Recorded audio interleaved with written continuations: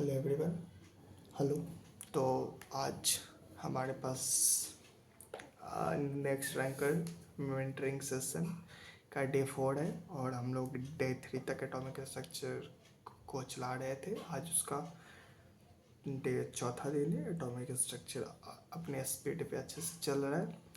तो हमने पिछले क्लास में रदरफोर्ड मॉडल का जो ऑब्जर्वेशन था, एक्सपेरिमेंट था, उसको हमने समझा था और 2-3 रिजल्ट हमने डिस्कस किए थे। पहला रिजल्ट हमने डिस्कस किया था कि जो एटम होता है हमारे पास स्फेरिकल शेप का होता है कि जिसका साइज 10⁻⁻10 मीटर के ऑर्डर का होता है।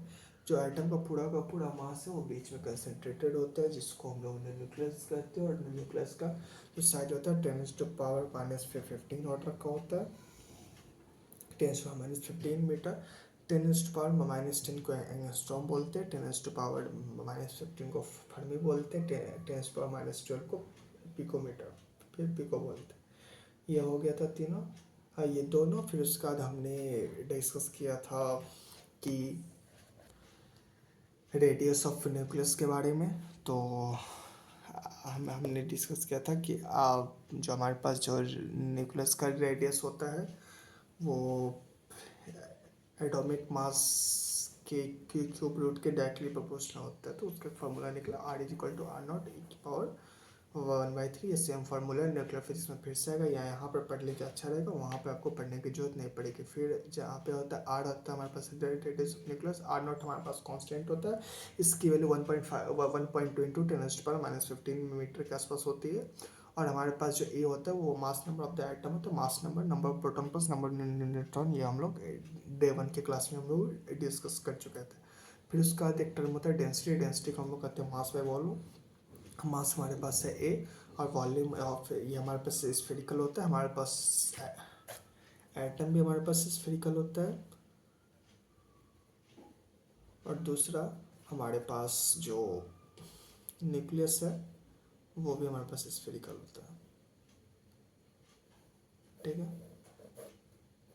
एटम भी हमारे पास स्फेरिकल होता है और न्यूक्लियस में हमारे पास स्फेरिकल होता है। फिर उसके बाद तो हमारे पास जो स्फेरिकल है तो उसका वॉल्यूम हो जाएगा 4/3 πr³, जहाँ पे आर क्यूब अगर करेंगे तो R0 की क्यूब एक पावर 1/3 का क्यूब, जो कि सिंपल बन जाएगा। ए से हमारे पास कैंसिल हो गया, 1/R0 का क्यूब हो गया। R0 हमारे पास कांस्टेंट है, मीन्स डेंसिटी ऑफ जो न्यूक्लियस होगी वो कांस्टेंट होगी। तो हेंस यहाँ पर हमने एक लाइन लिखा था कि density of nucleus is constant for any item. Hence और इस पर विश्वास मानिए, बहुत सारे क्वेश्चंस पूछे जा चुके हैं। तो चलिए, अब हालांकि हम लोग इससे आगे बढ़ते, तो रिजल्ट हम लोग कर चुके थे, अब इस तरह रिजल्ट की तरफ हम लोग आगे बढ़ते हैं। तो जे थॉमसन ने बोला था कि जो हमारे पास जो इलेक्ट्रॉन है वो हमारे पास एटम में एम्बेडेड होते हैं, लेकिन रदरफोर्ड ये बोले जो हमारे पास जो इलेक्ट्रॉन है वो ये हमारे पास रहा एटम, उसके सेंटर में छोटा सा न्यूक्लियस, ये हमारे पास एटम। तो इन्होंने बोला कि न्यूक्लियस एम्बेडेड नहीं होता, न्यूक्लियस इलेक्ट्रॉन के चारों तरफ घूमता है। ठीक है, जो यहाँ पे इलेक्ट्रॉन घूमेगा यहाँ पे इलेक्ट्रॉन घूमेगा। ठीक है, तो जो हमारे पास जो इलेक्ट्रॉन है वो हमारे पास न्यूक्लियस के अराउंड करेगा रिवॉल्व। कौन से पाथ में करेगा? तो ये हमारे पास सर्कुलर पाथ में करेगा। ठीक है, तो इसका जो तीसरा रिजल्ट निकला कि electron revolves around the nucleus in circular path like planet revolve around the sun. ठीक है, ये हो गया हमारे पास इसका तीसरा। अब लेकिन हालांकि अब देखिए, अब यहाँ से स्टोरी को और आगे बढ़ाते हैं। तो अभी तक आपने थोड़ा सा भी दिमाग लगाया होगा तो आप ये बात पता कर पाएंगे कि इन्होंने ये कभी नहीं बोला कि, चलिए हालांकि इन्होंने बोल दिया कि जो इलेक्ट्रॉन है वो न्यूक्लियस के चारों तरफ घूमते हैं, लेकिन इन्होंने ये नहीं बताया कि वो न्यूक्लियस से कितने डिस्टेंस पे घूमेंगे, वो कितने स्पीड से घूमेंगे, या उनका टाइम पीरियड क्या होगा। तो ये सब, तो इनका फेलियर के बारे में अब हम लोग बात करते हैं। हमने एक्सपेरिमेंट देख लिया, हमने ऑब्जर्वेशन देख लिया, हाँ हमने जो भी रिजल्ट है वो देख लिया। अब हम लोग फेलियर की तरफ आगे बढ़ते हैं। तो फेलियर में सबसे पहला फेलियर है कि ना तो इन्होंने डिस्टेंस बताया, ना इन्होंने वेलोसिटी बताई, ना ही इन्होंने टाइम पीरियड बताया ऑफ इलेक्ट्रॉन। इलेक्ट्रॉन कितने न्यूक्लियस से कितना डिस्टेंस पर घूमेगा, कितनी वेलोसिटी होगी या कितनी स्पीड होगी, और या फिर कितने टाइम पीरियड होगा उसका होगा इलेक्ट्रॉन का, जब वो न्यूक्लियस के अराउंड सर्कुलेट करेगा। ठीक है। अगला अगला जो लिमिटेशन है कि हमारे पास जो क्लासिकल थ्योरी उस समय चली थी, तो according to Maxwell classical theory and see, अब आपने थोड़ा सा पढ़ा होगा कि फिजिक्स में कि जब भी कोई पार्टिकल सर्कुलर मोशन में घूमता है उसका स्पीड कांस्टेंट हो सकता है, उसका वेलोसिटी कांस्टेंट नहीं होता, बिकॉज उसका जो डायरेक्शन होता है हमेशा चेंज होते रहता है। तो हमारे पास वेलोसिटी कांस्टेंट नहीं है, मिस हमारे पास एक्सीलरेटेड मोशन में। ठीक है। तो मैक्सवेल की क्लासिक थ्योरी के अनुसार जो accelerated charge particle energy liberate करेगा, according to Maxwell classical theory, charge particle liberates energy. Maxwell classical theory के अनुसार क्या कहता है कि जो चार्ज पार्टिकल होगा अपना एनर्जी को लूज करेगा। सो रिवॉल्यूशन के दौरान जो इलेक्ट्रॉन होगा वो अपना एनर्जी को रेडिएट करेगा, मीन्स उसकी जो भी एनर्जी होगी, वो हमारे पास जो भी एनर्जी होगी वो हमेशा डिक्रीज करती जाएगी। मीन्स वो इलेक्ट्रॉन वो सर्कुलर पाथ में ना घूम के, वो पहले अगर ऐसे घूम रहा था तो ऐसे ऐसे ऐसे ऐसे ऐसे ऐसे करके जहाँ पर भी न्यूक्लियस हो न्यूक्लियस से जाके टकरा जाना चाहिए। तो वो जब एनर्जी रेडिएट कर रही होगी तो हमारे पास सर्कुलर पाथ में नहीं, वो हमारे पास स्पाइरल पाथ में घूमना चाहिए। स्पाइरल पाथ में जाते जाते और अंत में क्या होना चाहिए कि वो न्यूक्लियस से जाके कोलाइड कर जाना चाहिए, न्यूक्लियस से कोलाइड करना चाहिए।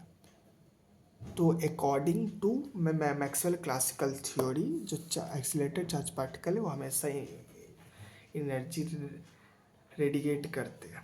अब वो जो एनर्जी रेडिएट करते हैं तो उनका हमेशा जो एनर्जी जो लूज करेंगे वो कंटिन्यूसली, वो तो सर्कुलर पाथ में होंगे नहीं, वो स्पाइरल पाथ में मूव करेंगे। स्पाइरल पाथ में मूव का कारण है कि एक समय पे आके वो न्यूक्लियस से कोलाइड कर जाएंगे, लेकिन ऐसा होता नहीं है। मीन्स ये हमारे पास हो गया फेलियर कि ये इस बात को एक्सप्लेन नहीं कर पाए। हेंस सेकेंड पॉइंट में हम लोग ये बता सकते हैं, it doesn't explain about the stability of the atom,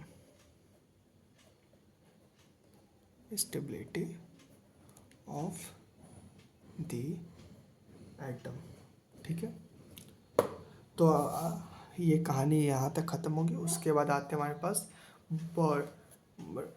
Rutherford का बोहर मॉडल। ठीक है। बोहर मॉडल जब आया तो ये सारे क्वेश्चन को आंसर कर गया। इनका जो पहला फेलियर था ये बोहर मॉडल उसको भी आंसर कर गया, इनका जो सेकंड फेलियर था बोहर मॉडल उसको भी आंसर कर गया। जो बोहर मॉडल है उसको हम लोग अगले क्लास में भी डिस्कस करेंगे। अब यहाँ तक जो रदरफोर्ड मॉडल है वो हमारे पास समाप्त हो जाता है। मीन्स हम लोग आधा एटॉमिक मॉडल पढ़ चुके हैं, बस से बोहर मॉडल है जिससे क्वेश्चन एकदम भर भर के आते हैं, तो वो आपको अच्छे से करना है। ठीक है। अब यहाँ पर मैं प्योर एडवांस टाइप में मैं बता देता हूँ बात। यहाँ तक जेईई मेन और नेट में पूछते कि दो टॉपिक बच गया है। एक टॉपिक हमारे पास बच गया डिस्टेंस ऑफ क्लोजेस्ट अप्रोच, और दूसरा रदरफोर्ड से रिलेटेड है, उसको मैं अगले क्लास में मैं कवर में कर दूँगा। एक अभी आज के क्लास में अंत में मैं प्योर एडवांस का एक कॉन्सेप्ट मैं बता देता हूँ कि जिससे अभी तक उस डोमेन में जाकर उन्होंने टच तो नहीं किया, लेकिन हो सकता है कि टच करते हैं। तो यहाँ जो हमने एक्सपेरिमेंट में पढ़ा था कि नंबर ऑफ पार्टिकल डेविएट हुए, वो क्या इतना डेविएट हुए, ठीक है। तो कितने नंबर ऑफ पार्टिकल डेविएट हुए? The number of particle deflected is directly proportional to 1 upon sin की power 4 theta by 2, where theta is the angle of deflection, ठीक है। अगर हमारे पास एंगल ऑफ डिफ्लेक्शन पता हो तो हम लोग नंबर ऑफ पार्टिकल डिफ्लेक्टेड भी निकाल सकते हैं। दूसरा, अगर हमारे पास दो आइटम है, सपोज क्या हुआ पहला, नो दूसरा, अगर सपोज हमारे पास दो आइटम है ए और बी, इसमें बोला गया कि इसके साथ एक्सपेरिमेंट हम लोग किए, इसमें भी अगर हमारे पास एंगल ऑफ डेविएशन थीटा है, ये इसमें हम लोग एक्सपेरिमेंट किए, इसमें भी एंगल ऑफ डेविएशन थीटा है। तो अब बताइए कि अब नंबर ऑफ पार्टिकल के इस जो डिफ्लेक्ट होगा किसका ज़्यादा होगा। तो यहाँ पे फार्मूला निकलता है, number of particle deflected is directly proportional to Z square.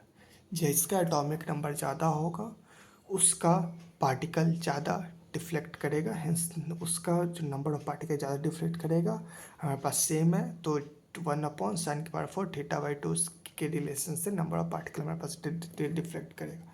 ये दोनों कॉन्सेप्ट प्योर एडवांस का टॉपिक है, हो सकता है कि इस पे क्वेश्चन है, नहीं है तो आप बना सकते हैं, ठीक है। चलिए, थैंक्स।